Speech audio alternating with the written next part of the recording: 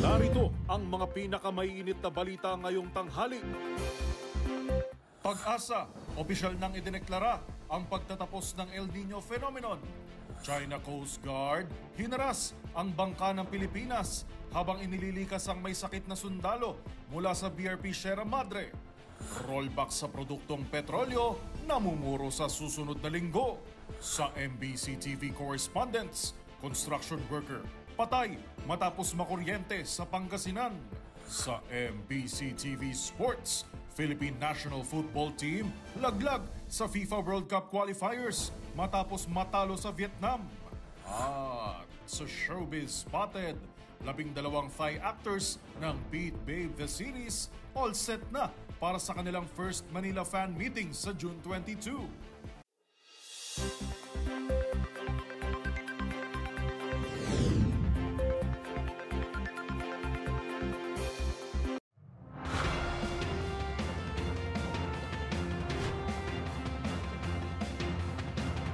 Bawat balita, makabuluhan. Bawat kwento, makapangyarihan. Boses ng Pilipino para sa Pilipino. Live mula sa MBC TV Studio. MBC TV Network News.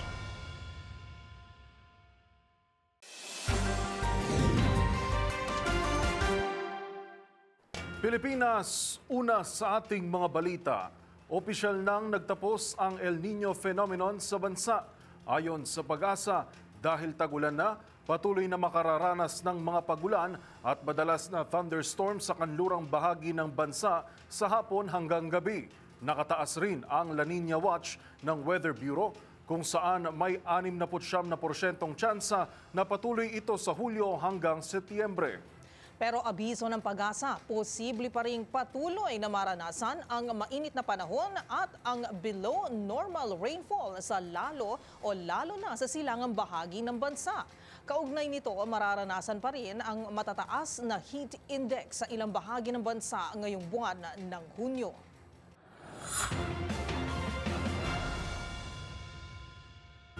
Hinaras umano ng Chinese Coast Guard ang bangka ng Pilipinas na naglilikas ng may sakit na sundalo mula sa BRP Sierra Madre noon pang nakalipas na Mayo. Ang marahas na insidente ay naganap umano kahit pa ipinaalam na ng Pilipinas na sila ay nagsasagawa lamang noon ng medical evacuation. Ang buong detalye alamin sa report ni Boy Gonzales. Isinapubliko ni Philippine Coast Guard spokesperson for the West Philippine Sea, Commodore J. Tariela, ang mga video na nagpapakita sa kaharasan at hindi makatawang aksyon ng Chinese Coast Guard sa loob ng exclusive economic zone ng Pilipinas. Naganap umano ito noong Mayo 19 kung kailan nagpadala ng high-speed response boat ang PCG mula Bulilian Port para makipagtagpo sa gitna ng dagat sa rigid hull inflatable boat ng Philippine Navy upang kunin ang dalang may sakit na sundalo.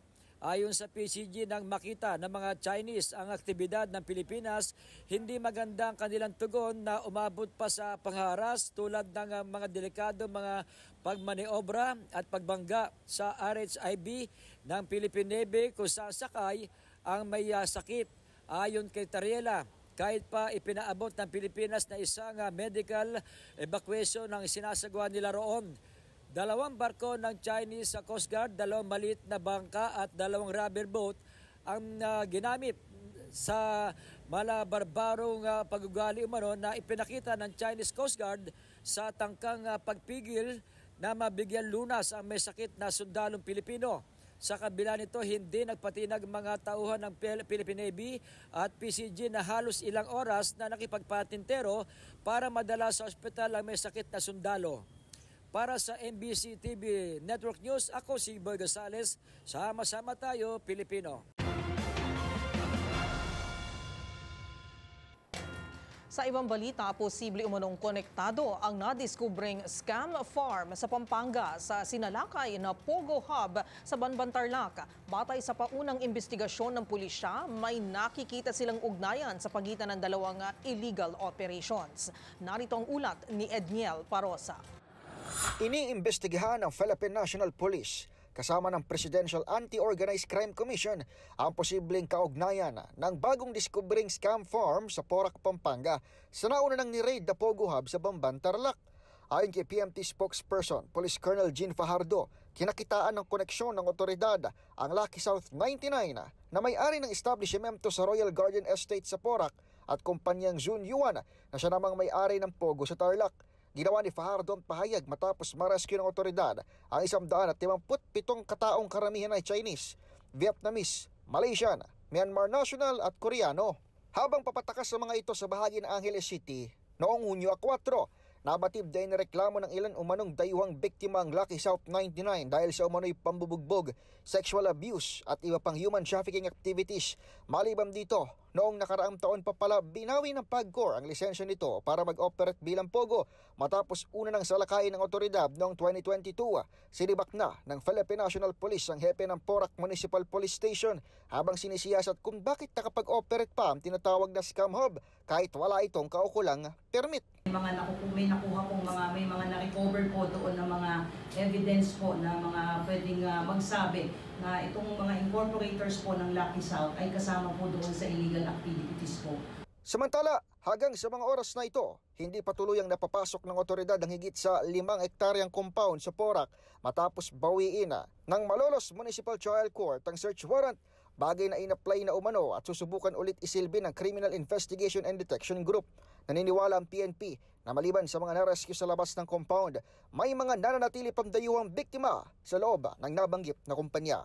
Para sa MBC TV Network News, ito si Edniel Parrosa. Sama-sama tayo, Pilipino.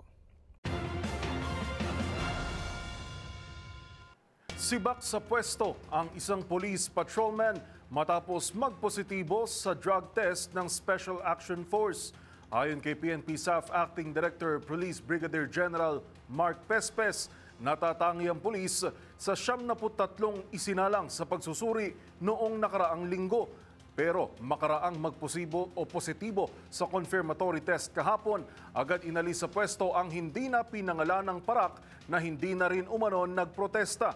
Ginawa ng PNP SAF ang drug test matapos makatanggap ng intel na isang personnel nito ang gumagamit ng illegal na droga. Sabi ni Pespes, inilagay na sa Holding and Accounting Unit ang miyembro ng Special Action Force na sasampahan din ng kasong administratibo.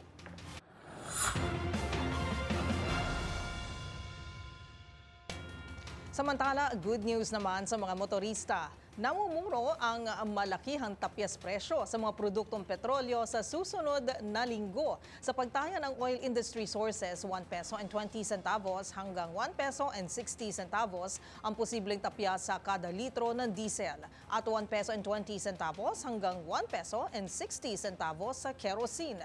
Posible rin mabawasan ng 70 centavos hanggang 70 centavos ang presyo ng kada litro ng gasolina. Ang pagtaya sa galaw ng presyo nito ay batay sa Day 4 trading at posible pang magbago sa Day 5 ngayong araw.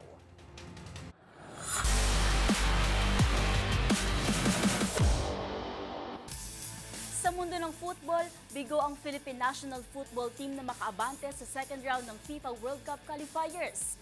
Ito ay kasunod na kanilang heartbreaking loss sa kamay ng host team na Vietnam. Ang naging laro tutukan sa report na ito.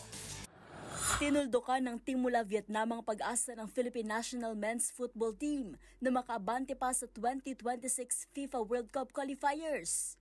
Ito ay kasunod ng isang heartbreaking 3-2 loss sa nangyaring tapatan ng dalawang koponan sa Hanoi, Vietnam. Nanatiling goalless ang teams sa first half, pero binasag ito ni Patrick Richelt matapos makuha ang unang goal para sa Nationals at the 62nd minute. Ngunit 4 na minuto matapos ito, agad sumagot ng goal si Nguyen Chien Linh para sa Vietnam at nasa 10 minuto pa lang, muli itong nakascore doubling the lead.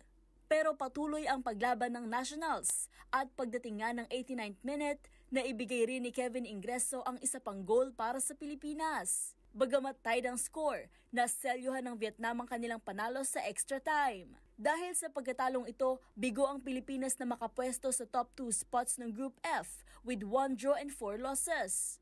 Ang team mula Iraq ang may secured spot na sa next round ng qualifiers after topping Group F. Maglalaro pa rin ang Pilipinas sa susunod na linggo kontra Indonesia bilang bahagi ng kanilang kampanya sa World Cup qualifiers.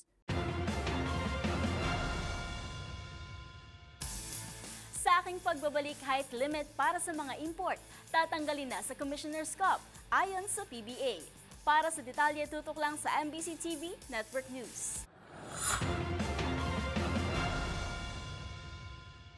Narito ang mga balitang dapat niyong abangan. Dating tumatakbong konsehal sa Maynila, nasangkot umano sa kidnapping syndicate, sinisilip ng PNP. Mga sangkot sa Pogo operation, hindi lang limitado sa mga politiko, ayon sa isang senador. Para sa MBC TV Sports, height limit para sa mga import, tatanggalin na sa Commissioner's Cup ayon sa PBA. At sa Showbiz Spotted, 12 Thai actors ng Pit Babe The Series, all set na para sa kanilang first Manila fan meeting sa June 22. Lahat ng yan sa pagbabalik ng MBC TV Network News.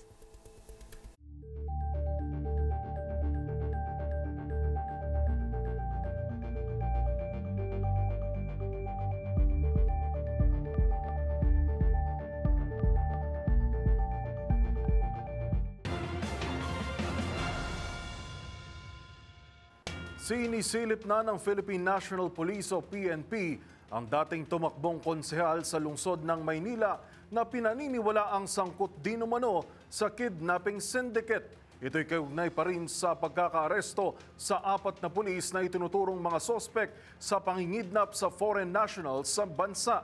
Magbabalita si Kyle Bulyas. Patuloy ang investigasyon ng pambansang pulisya sa kaso ng kidnapping sa mga foreign nationals sa bansa. Ayon kay PNP spokesperson Colonel Jean Fajardo, bukod sa 4 na pulis na una nang naaresto, mayroon pa silang tinutugis na mga sibilyan na sangkot sa naturang krimen. Kabilang sa iniimbestigahan ang hindi mo na pinangalalang komandidato noon bilang konsehal sa Maynila pero hindi nanalo sa eleksyon. May mga nagbigay po ng testimonya, sir, at base na rin po ito, sir, sa ginawang case tracking at investigation po ng NCRPO. Kaya natukoy po ito na mahigit 10 po itong miyembro po nitong grupo po na ito. Bukod dito, tinutugis pa rin ang itinuturong utak ng sindikatong sangkot sa kidnap for ransom. Ayon kay Fajardo, ang person of interest ay kinilalang si Marion Badando alias Boss Mike na siya umanong tumutukoy kung sino ang kanilang kikidnapin. Mababatid na naaresto na ang 4 na pulis na kabilang sa grupong dumukot sa 3 Chinese national at 1 Malaysian national noong Hunyo 2 sa kahabaan ng Taft Avenue. Para sa MBC TV Network News, ito si Kyle Bulyas. Sama-sama tayo, Pilipino.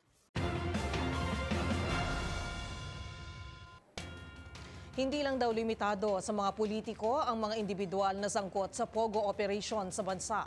Paniwala pa ni Senator Sherwin Gatchalian, may mga kasabwat din daw ang mga ito na law enforcers, criminal gangs at makapangyarihang mga negosyante. Ang buong pahayag ng senador alamin natin sa report ni Raymond Dadpaas.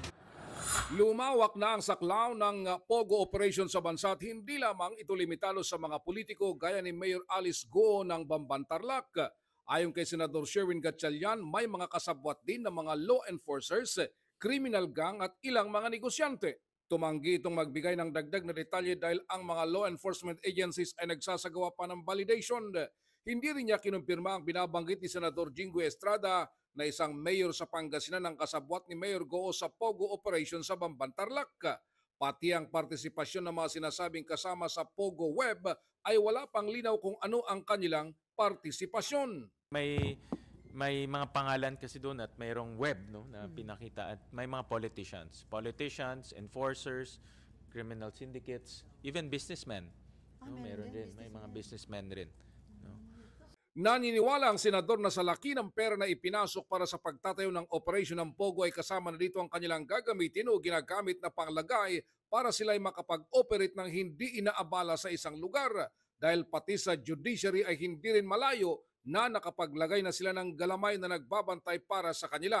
Sa ni-raid na Pogo noong isang araw sa Porac, Pampanga ay pinaniniwalaang naitimbre sa mga operators dahil kakaunti na lang ang mga taong naabutan doon. Ang kutob ko dito, hindi lang enforcement agency, pati judiciary, meron na silang mga tao. Dahil kung mapapansin natin itong mga last few warrant of arrest na nangyari, puro sa Bulacan courts eh.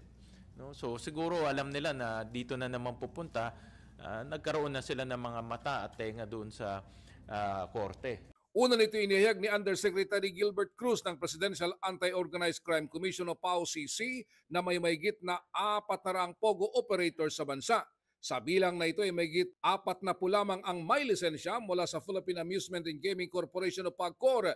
Maliban sa mga na-raid na sa Bamban Tarlac at Porac, Pampanga, ay marami sa mga ito ay nasa mga commercial buildings at condominium units sa Metro Manila. Para sa MBC TV Network News, ito si Raymond Dadpaas, Sama-sama Tayo, Pilipino.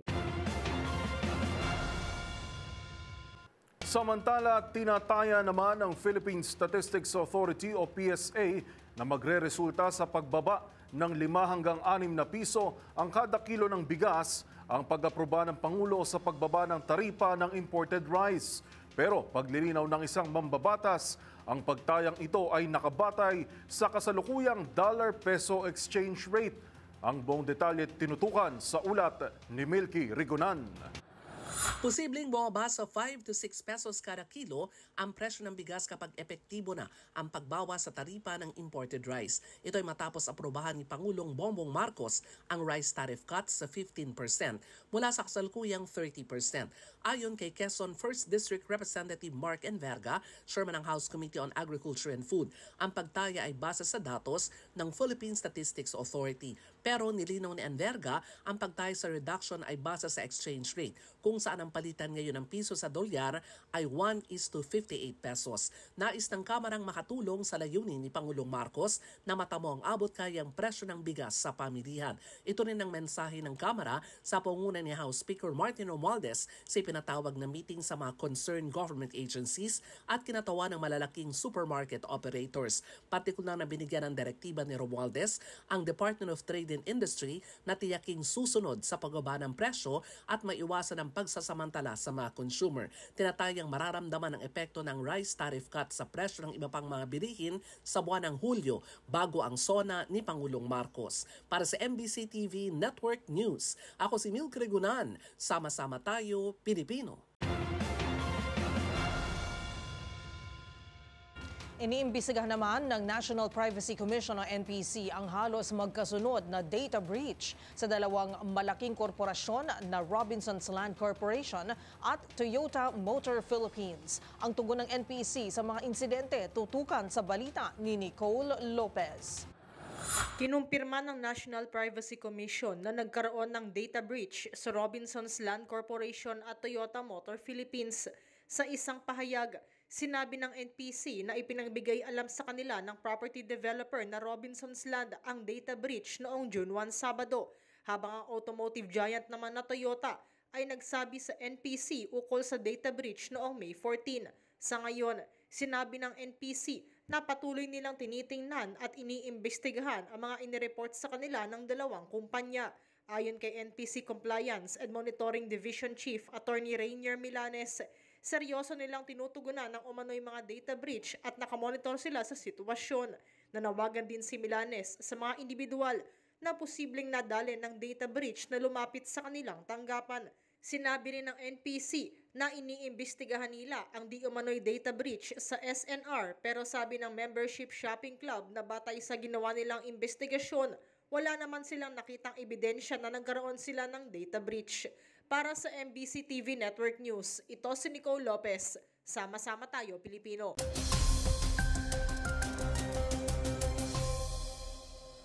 Magandang tanghali, Pilipinas. Para sa ating ulat panahon ngayong Friday, June 7, 2024, hanging habagat pa rin ang patuloy na nagdadala ng maulap na panahon na may kalat-kalat na thunderstorms sa western section ng ating kapuluan.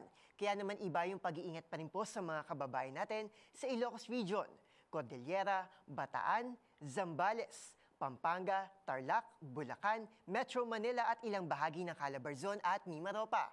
Habang si eastern side ng Luzon, bahagyang maulap na kalangitan na may tsansa lamang ng isolated rains ang mararanasan. At tulad kahapon, kasama rin sa mga bahagyang apektado ng mga pag-ulang dulot ng habagat ang Western Visayas, Zamboanga Peninsula, Basilan, Sulu at Tawi-Tawi. Samantala sa Tuguegarao at dito sa Metro Manila, bahagyang mababa pa rin ang temperatura dulot ng habagat na aabot lamang ng 32 to 34 degrees Celsius. Habang sa nalalabing bahagi naman ng Visayas at Mindanao, masusulit po ang fair weather conditions sa buong maghapon na may temperature range na maglalaro din sa 32 to 34 degrees Celsius sa mga piling syudad. Para naman sa ating weather forecast over the weekend, balik tayo dito sa Metro Manila kung saan tuloy pa rin ang mga pagulang dulot ng hanging habagat bukas lalo na sa hapon at gabi. Pero pagsapit ng Sunday at Monday, unti-unti nang aaliwalas ang panahon sa pansamantalang paghina ng habagat. Ang temperature forecast sa Kamaynilaan ay maglalaro naman mula 25 to 33 degrees Celsius. Samantala, lulubog naman ang araw mamayang 6:24 ng gabi. Happy weekend po sa ating lahat at palagi po tayong mag-iingat ngayong panahon ng tag-ulan. Para sa MBC TV Network News, ito si Arnold Herrera. Sama-sama tayo, Pilipino.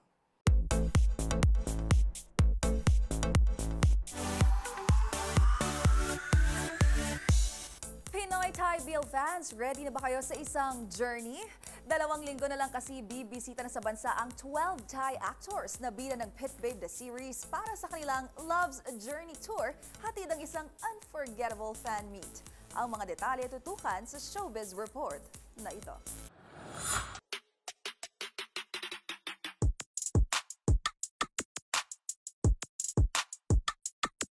Not 1, not 2, not 3, but 12. 12 Thai actors na bida ng Pit Babe the Series ang magpapakilig ng Pinoy fans ngayong buwan. Sa June 22, kasado na ang Manila stop ni na Pavel, Pun, Ping, Not, Silo, Pon at Benz, kasama sina Garfield, Top 10, Michael, Lee at Pop bilang bahagi ng kanilang Pit Babe Asia Tour Love's Journey. Ito ang kauna-unahang fan meeting ng Pit Babe stars na gaganapin sa Skydome na mapupuno ng kaabang-abang na exclusive interactions, behind-the-scenes stories at performances ng mga bida. Ang Pit Babe ay isang action-packed drama-filled boys love series, tampok ang mundo ng professional race car driving na binuo ng unexpected twist, complex characters at syempre thrilling races. Para sa tickets na nagkakahalaga ng mula 3,500 pesos hanggang 9,500 pesos na puno ng iba't ibang fan benefits, bisitahin lamang ang wishlesslock.helixpay.ph. Unang umarangkada ang Pit Babe Asia Tour sa Hong Kong noong Marso na sinundan ng Tokyo, Seoul at Taipei stops. At bago magpasaya sa bansa sa June 22, Vietnamese fans muna ang bibisitahin ng 12 Thai actors. At sa aking pagbabalik, dating child star na si Nino Mulak, ipinagtanggol sa bashers ang kanyang 82-year-old nama at 30 anyos na girlfriend nito. Manatiling nakatutok dito lang sa MBC TV Network News, BRB.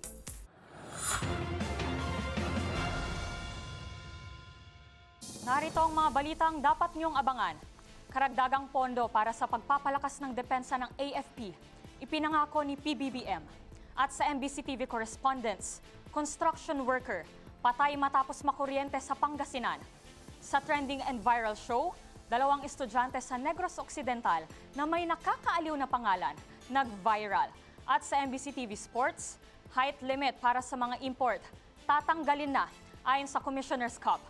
At sa Showbiz Spotted, Nino Mulak, dinepensa ng kanyang ama na may girlfriend na higit sa 5 dekadang mas bata. Lahat ng yan sa pagbabalik ng MBC TV Network News.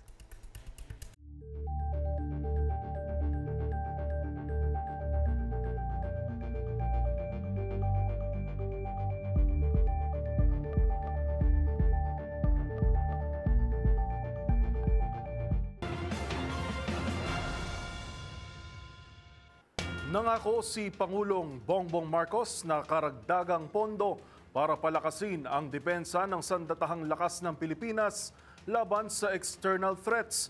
Ang buong paliwanag ng Pangulo, alamin sa report ni Arnold Herrera. Nangako si Pangulong Ferdinand Bongbong Marcos na pagkakalooban nito ng karagdagang pondo ang Sandatahang Lakas ng Pilipinas o AFP para sa kanilang skills development at equipment upgrade. Ito ang sinabi ng Chief Executive sa kanyang pagbisita kahapon sa 10th Infantry Division sa Mawab, Davao de Oro, kasabay ng pag-focus ng AFP mula sa internal papunta sa external defense posture. Nagbigay pugay rin ng Pangulo sa husay ng Aguila Troopers sa naturang probinsya at sa kanilang ambag sa pagsupil sa terorismo sa bansa kasunod ng serya ng pagbabalik loob ng mga rebelde at pagsuko ng kanilang armas sa mga otoridad. Gayunman, kaakibat daw nito ang pagpapanatili sa seguridad ng ating teritoryo mula sa mga banta sa labas ng bansa.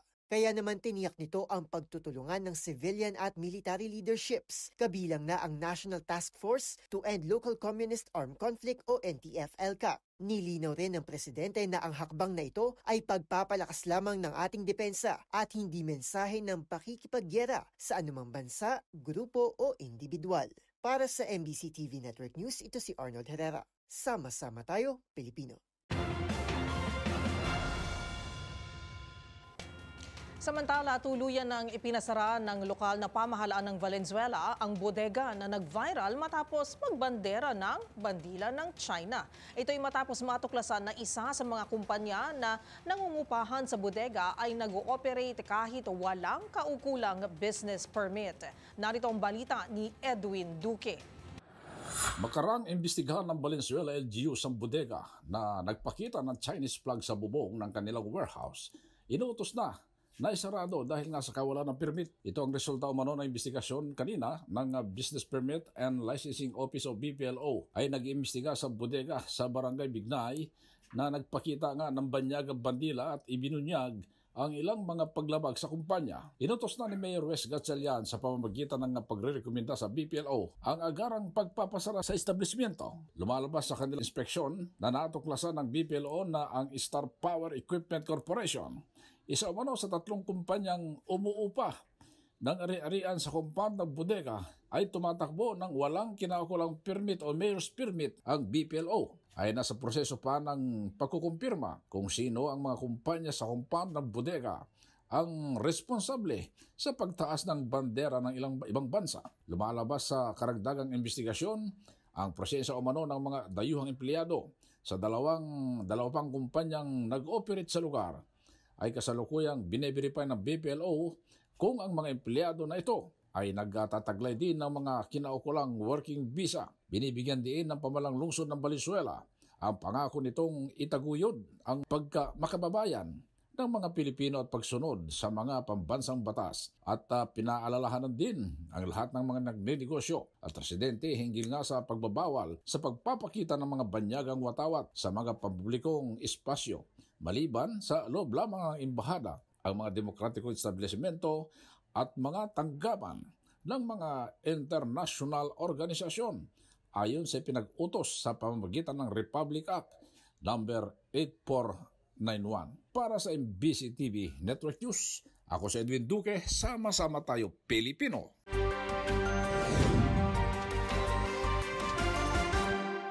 Patay naman ang isang construction worker matapos makuryente, habang isang rebelde naman mula sa New People's Army ang nagbalik loob sa pamahalaan.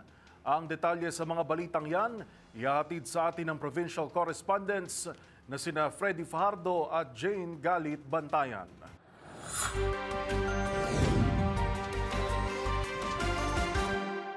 Hindi na umabot ng buhay sa Bolinao Community Hospital ang biktima na nakilalang si Marquel Navalcarino, 25 anyos binata, construction workers at residente ng Barangay Kabuyaw, Bolinao matapos itong makuryente. Sa ulat ni Police Major Romulo Oclarino Jr., alas 3 ng hapon nagtatrabaho ang biktima sa pinapagawang bahay sa Poblasyon Anda nang aksidenteng madikit ang scaffolding niyang ginagamit sa nabalatang live wire, sanhi ng kanyang kamatayan. Handa naman umano magbigay ng tulong sa pamilya ng nasawiang may-ari ng bahay na ginagawa na si Roger Camba.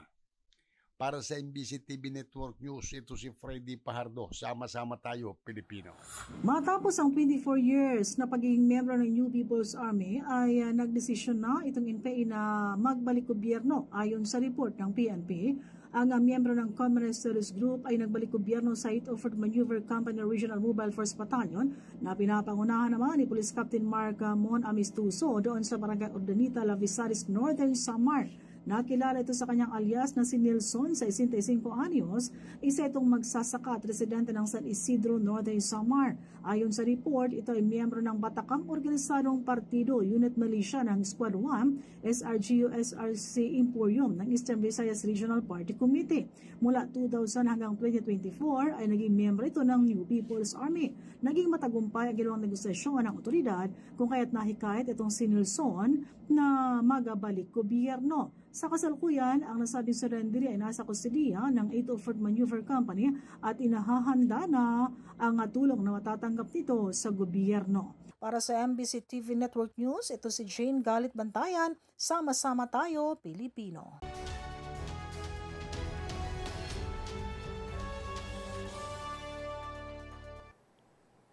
Aliw na aliw ang mga netizen sa dalawang estudyante mula sa Negros Occidental na may kakaiba at nakakatuwang pangalan. Anila, nilaro raw ng mga magulang nito ang kanilang pangalan. Ang nais tuloy malaman ng marami, ano nga kaya ang naisip ng mga ito at ipinangalan sila sa artista at sa isang millennial term.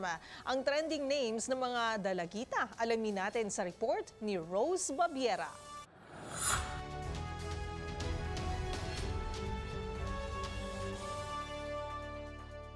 Agaw pansin ang pangalan ng dalawang estudyante na naispatan ng mga netizen mula sa tala ng mga nakapasa sa Negros Occidental National Science High School. Ang mga dalaga, ipinangalan lang naman sa isang pop singer at rapper, habang ang isa naman, ipinangalan sa isang millennial term at gay lingo kung tawagin. Umani ng maraming share ang post na ito pero bukod sa pagbati sa mga mag-aaral, ang lahat ng atensyon ay nasa ikalawang pahina, kung saan mababasa ang pangalan ng mga dalagang sina Kemerut Jimenez at Nicki Minaj Montes. Ang mga netizen naman, nilaro rin ang comment section at kanya-kanyang bati kay Nicki Minaj. Naani mo ang sikat na international rapper ang tinutukoy. Ang isa pa nga, tinag pa siya mismo. At ang iba naman, kinabitan pa ng lyrics mula sa kanta ng rapper ang congratulatory message. Ika naman ang isa, okay naman daw yung Nicki Minaj. Marahil dahil pangalan naman ito, ang tanong ng marami, sino raw ang nagpapangalan sa kanilang anak ng Kemerut at sinundan ito ng tawa. Pagbati at good luck sa high school life, Kemerut at Nicki Minaj. Para sa MBC TV Network News, ito si Rose Babiera. Sama-sama tayo, Pilipino.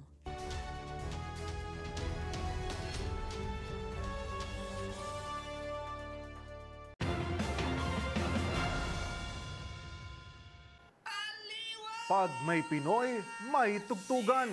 At sa taong ito ng Aliwan Fiesta, nagbabalik ang Festival Music Competition na Tugtog ng Aliwan. Kaya sama-sama nating balikan ang mga nanalo sa nasabing kompetisyon at alamin kung ano nga ba ang dapat nating mga abangan. Sa report na ito ni Rovic Manuel. Sa muling pagbubukas ng Aliwan Fiesta ngayong taon, may munting sorpresa ang MBC Media Group, hindi lang sa mga contingents, kundi maging sa mga dadalo. Muli kasing bubuksan ang Festival Music Competition na Tugtog ng Aliwan. Huling isinagawa noong 2017, muling matutunghayan ang tagisan ng galing ng iba't ibang pista pagdating sa tugtugan. Ang Tugtog ng Aliwan ay bukas sa lahat ng opisyal na musikero ng mga kalahok sa Aliwan Festival Street Dance Competition. At para sa mga magtatanong, wala pong pinipiling edad o kasarian ng pakikisa sa nasabing music competition. Kinakailangan lamang na magtanghal ng bawat ensemble ng isang medley na binubuo ng isang awit mula sa kanilang pista o lugar, kasama ang isang berso at isang saknong ng Team Song Aliwan Fiesta. Magugunitang taong 2015 nang makuha ng Sagayan Festival ng Maguindanao ang unang karangalan sa Tugtog ng Aliwan. At taong 2017 naman nang magwagi ang isa pang pista mula Maguindanao rin na Meguyaya Festival. Sa muling pagbubukas ng Aliwan Fiesta sa June 27 hanggang 29, inaasahang magiging masigla at makulay ang mga pagtatanghal na tiyak na magpapakita ng mayamang kultura at musika ng iba't ibang rehiyon sa Pilipinas.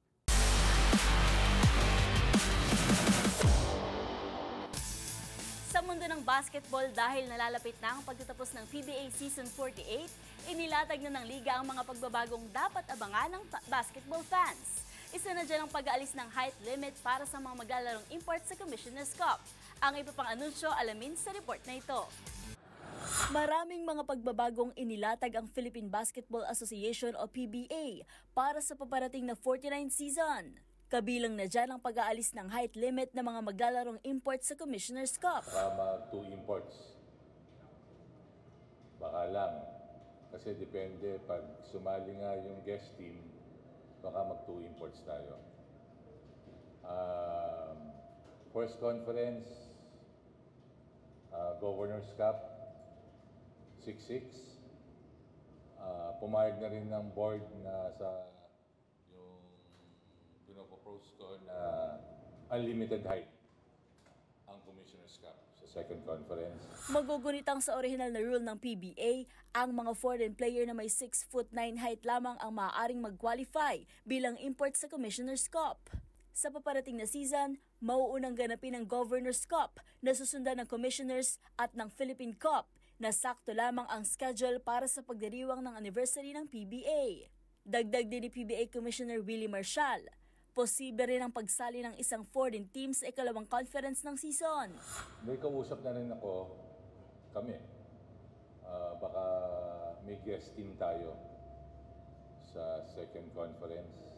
Tingnan natin, nag-uusap pa. Wala pang ang pinag-uusapan namin, schedules, logistics, players.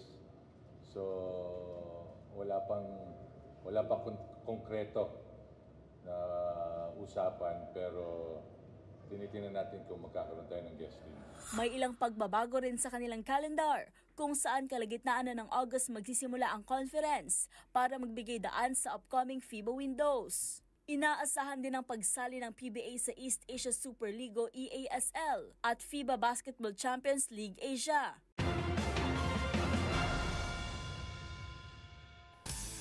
At yan ang mga latest updates sa mundo ng sports. Para sa MBC TV Network News, ito si Mili Borja, sama-sama tayo, Pilipino.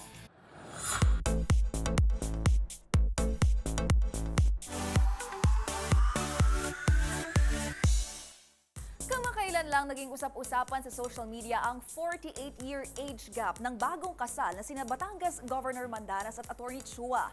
Ngayon naman, relasyon ng 82-year-old na ama ng dating child actor na si Nino Mulak ang umaani ng sari-saring reaksyon sa netizens. Si Alex Mulak kasi napabalitang may karelasyon na 30 anyos o higit 5 dekadang mas bata sa kanya. Ang anak nitong si Nino agad namang dinipensahan ang kanyang tatay laban sa bashers. Narito ang aking report. Agad ipinagtanggol ng aktor na si Nino Mulak ang kanyang ama laban sa mga basher matapos lumabas ang balitang in a relationship ito sa isang babae na higit 5 dekadang mas bata. Umani kasi ng samut-saring reaksyon ng report ng isang entertainment news website tungkol sa relasyon ng 82-year-old na si Alex Mulak sa 30 anyos na kinilalang si May Fortaleza. Dito, ibinahagi rin ng ama ni Nino na 10 taon na silang magkarelasyon ito. Sa pamamagitan naman ng isang Facebook post, tanong ng dating child star sa mga netizen na nagtaas ng kilay sa relasyon ng ama, hindi ba kayo natutuwa na may 2 taong nagmamahalan? Kung silang araw na kapamilya ay masaya para sa dalawa, bakit daw tila apektado ang iba? Hirit pa niya, good vibes lang dahil malas anya sa buhay kapag nagsasalita ng masama sa kapwa. Dagdag paliwanag pa nito, ito anya ang nag-aalaga sa kanilang daddy. Bagay na hindi na raw nila magawa lalo't may kanya-kanya na rin silang pamilya. Sa huli, paglalarawan ni Nino, "This is the happiest I have seen my dad." Maliban sa pagiging ama ng binansagang child wonder of Philippine cinema, si Alex Mulak ay kapatid ng yumaong veteran actress na si Amalia Fuentes. Para sa MBC TV Network News, ito po ang inyong showbiz angel, Angelica Cosme. Sama-sama tayo, Pilipino. Balik sa inyo, Miss Karen and Yuel. Maraming salamat, showbiz angel, Matchpoint Willie at Kairos. At bago lamang tayo magtapos, ilang linggo na lang, Aliwan season na ang pinakainabangang tagisan ng mayamang kultura ng lahing Pilipino. Kaya naman, inaanyayahan namin ang lahat sa darating na June 27 hanggang June 29. Sama-sama tayong makiisa, makisaya dahil ang pistay narito na ang Aliwan Fiesta 2024. At iyan po ang mga balitang aming nakalap ngayong araw ng Biyernes. Ito si Yuel Reyes. At ako naman po si Karen Oyong. Magkita-kita tayong muli sa darating na Lunes para sa mga balitang makabuluhan, mga kwentong makapangyarihan. Hatid ang boses ng Pilipino para sa Pilipino. Ito ang MBC TV Network News. Sama-sama tayo, Pilipino.